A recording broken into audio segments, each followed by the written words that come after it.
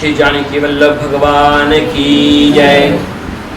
श्री भाष्यकार श्री रामानुज स्वामी जी महाराज की जय। श्री वेदांत देशिक स्वामी जी महाराज की जय। परम पूज्य श्री स्वामी जी महाराज की जय।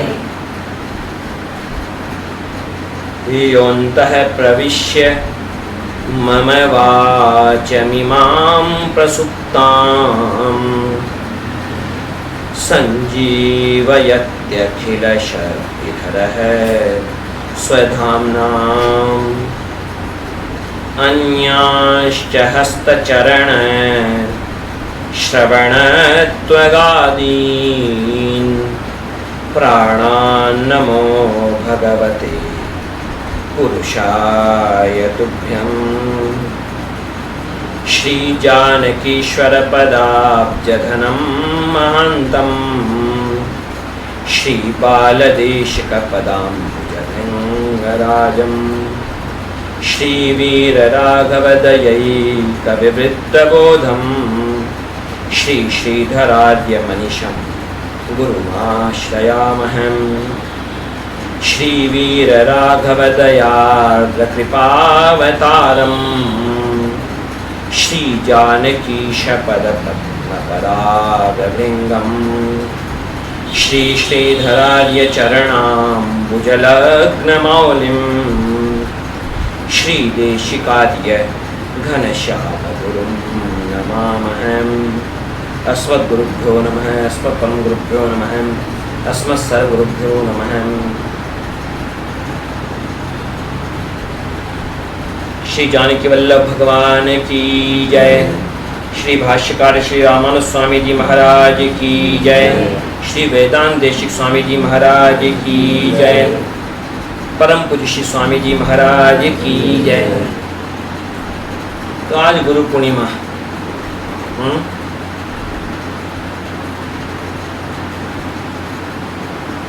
अव्यवस्था फैलाने के लिए ज़्यादा लोगों की जरूरत नहीं पड़ती है, इसलिए जिसका भी मोबाइल बजे वो बजने से पहले ही अपना मोबाइल बंद कर ले, और नहीं तो यहाँ से अपनी जगह बदल ले। किसी को मजबूर नहीं किया है। वैसे भी हमारे राम गिनतियों के आंकड़े में नहीं उलझते कि कितने कितने कितने कि कितने लोग और कितने रुपए या कितना क्या कितना क्या कितना, आंकड़ों में नहीं उलझना। क्योंकि भगवान फिर कभी मात्रा नहीं देखते, भगवान देखते हैं क्वालिटी, क्वांटिटी नहीं देखते। भगवान क्वांटिटी नहीं देखते, भगवान क्वालिटी देखते हैं। गुरुजन भी यही चाहते हैं कि अपने में जो क्वालिटी नहीं है वो क्वालिटी आ जाए, कि ताकि हम भगवान के श्री चरणों की प्राप्ति कर सकें। अब ज़्यादा कुछ कहना नहीं है। अब चाहे जगह बदलती रहे, चाहे हैदराबाद में है, चाहे नैमिषारण्य में है, चाहे दीरवाना में है, पर आचार्यों का, गुरुजनों का, भगवान का पूजन वैसा ही होना चाहिए, वैसा ही कार्य होना चाहिए। जगह बदले, परिस्थिति बदले, पर हम नहीं बदले। गंगा गए गंगादास, जमुना गए जमुनादास हैं। ये पार्टी वाला आया तो उसकी जय जयकार, वो पार्टी वाला आया तो उसकी जय जयकार। ऐसा जीवन अपना नहीं होना चाहिए।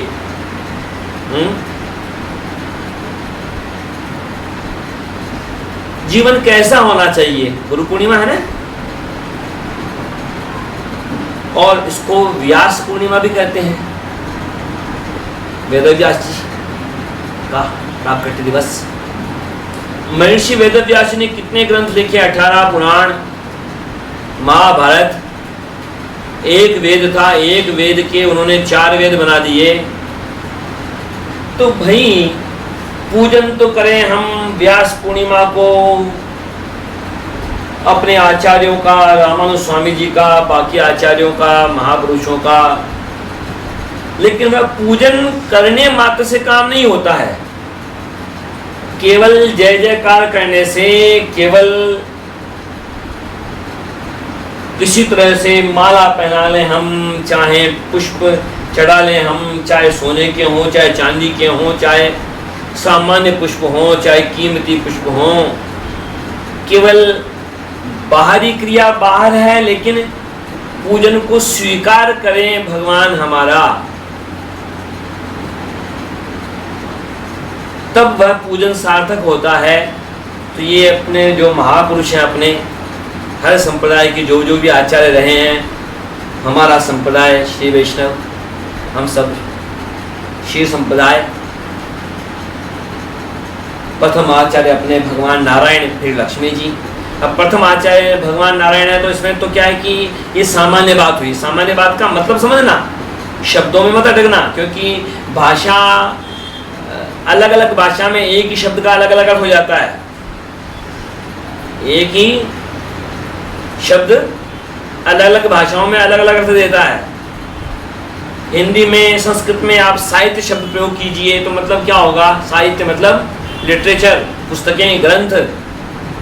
और मराठी में साहित्य मतलब कोई भी चीज, वस्तु साहित्य है। जैसे हथौड़ा, कील, ये सब भी मिस्त्री का साहित्य है। ड्रिलिंग मशीन, वो भी उसका साहित्य है। चेष्टा, अपने सामान्य तौर पर संस्कृत में, हिंदी में सामान्य अर्थ है चेष्टा का। चेष्टा यानी प्रयास, चेष्टा यानी प्रयास। मराठी में चेष्टा मतलब हंसी मजाक। तो शब्दों में उलझे लेकिन भाव को न समझे तो फिर कुछ नहीं समझे। ऐसे लोग आचार्यों की हम जय जयकार करते हैं, पूजन करते हैं, भगवान का पूजन करते हैं, तो यह स्पष्ट होना चाहिए हमारे जीवन में कि हमारे जीवन का लक्ष्य क्या है। यदि हम भगवान की जयकार बोल रहे हैं, यानी हमारे जीवन में जो है हमारा जीवन व्यवहार, हमारे जीवन व्यवहार में राम जी की जय हो रही है कि रावण की जय हो रही है, हम इसको देखें। हमारे जो कार्य हैं वो कार्य राम जी की, हमारे जीवन में राम जी का राज चल रहा है या रावण का राज चल रहा है, हम इसको देखें। हम रामानुज स्वामी जी की जय जयकार बोल रहे हैं, अपने आचार्यों की जयकार बोल रहे हैं, तो हम देखें अपने जीवन में कि हमारा जीवन उन आचार्यों के जीवन से कितना मिलता है, कितनी मैचिंग होती है हमारी उन आचार्यों से। कैसा उन अपने आचार्यों का भगवान के प्रति समर्पण था।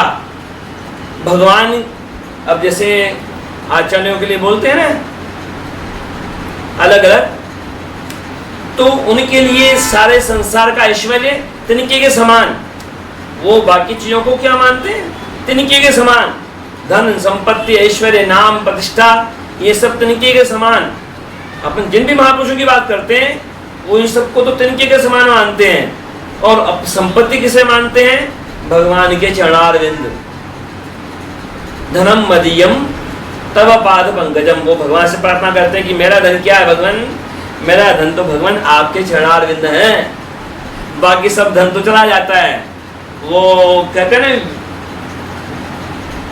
विश्व विजेता, वो नेपोलियन, वो सिकंदर, क्या ले गई साथ में और क्या छोड़ गई पीछे? उनका कोई अस्तित्व है क्या?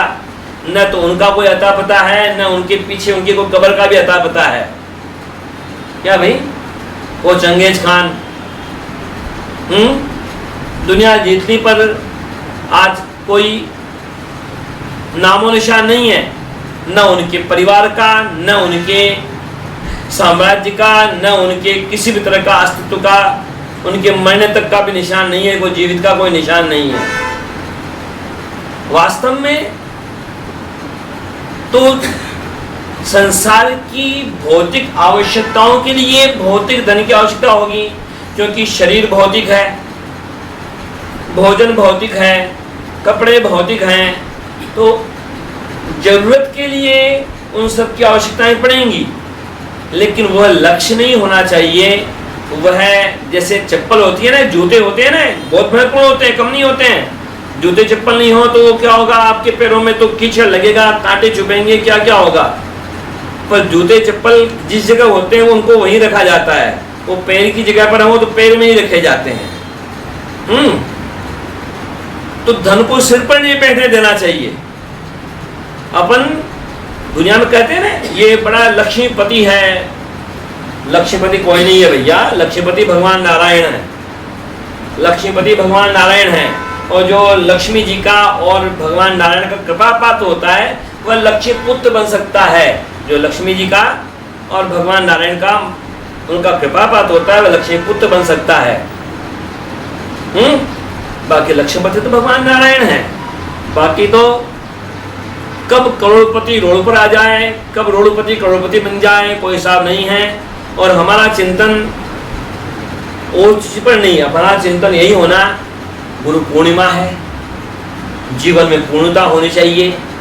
और जीवन में कुछ भी हो, सब कुछ हो, भगवान नहीं है तो सब अपूर्ण है, सब अधूरा है, कुछ नहीं है। जैसे कोई शरीर बड़ा सुंदर है, कोई शरीर बड़ा हिष्ट पुष्ट है, बड़े सुंदर कपड़े पहन रखे हैं, बड़े कीमती गहने पहन रखे हैं। आजकल तो पुरुषों के भी गहने होते हैं, वो भी कई तरह के, गले में, हाथों में क्या क्या पहन के रखते हैं। तो भले ही कोई शरीर बड़ा हिष्ट पुष्ट दिखाई देता हो, सुंदर दिखाई देता हो, अच्छे सुंदर कपड़े पहन रखे हों, बढ़िया से बढ़िया कीमती, बढ़िया से बढ़िया आभूषण पहन रखे हों, लेकिन यदि प्राण नहीं हो तो वह किस लायक है? जलाने लायक है। यही लायक है ना कि जल्दी से जल्दी उठाओ इस मिट्टी को और जल्दी से जल्दी जलाओ। तो यदि हमारे जीवन में हमने स्वरूप का ज्ञान नहीं किया अपने, कि मैं क्या हूँ, भगवान का दास हूँ, यदि हमको ज्ञान नहीं मिला कि हमारे भगवान के साथ क्या संबंध है, यदि हमको ज्ञान नहीं मिला कि हमारे स्वामी भगवान हैं, दुनिया के लोगों को हम मालिक मान के बैठे हैं और भगवान को भूल गए। भगवान स्वामी हैं, दुनिया में कौन मालिक? मालिक तो एक भगवान नाम है जी। भक्त तो कहते हैं कि मैं तो भगवान के द्वार का कुत्ता भी बन जाऊं, कुत्ते के रूप में भी मुझे स्वीकार कर ले भगवान मुझे अपने द्वार का, तो मैं धन्य हूं। कबीर कुत्ता राम का, मोतिया मेरा नाम, गले राम की जेवड़ी, जित खींचे तित जाऊं, है जी। तो हमें वैसा बनना है कि हमारे गले में रस्सी हो तो राम जी की हो, वो जहाँ खींच के ले जाए वहां ले जाएं। संसार में कोई हमें खींच करके कहीं न ले जाए, ये हमें हमेशा सावधान रहना चाहिए।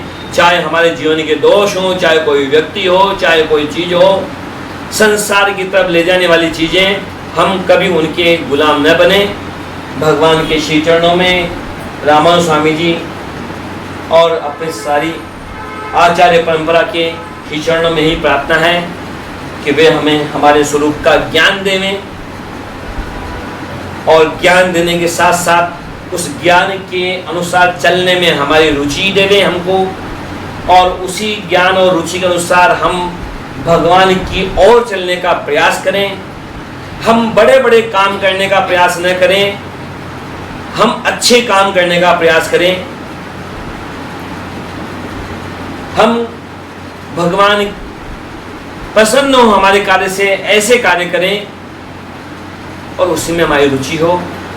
भगवान के श्री चरणों में, गुरु परंपरा के श्री चरणों में प्रणाम करते हुए यही बात को विराम देते हैं। श्री जानकी वल्लभ भगवान की जय। भाष्यकार श्री रामानुज स्वामी जी महाराज की जय। श्री वेदांत देशिक स्वामी जी महाराज की जय। परम पूज्य श्री स्वामी जी महाराज की जय।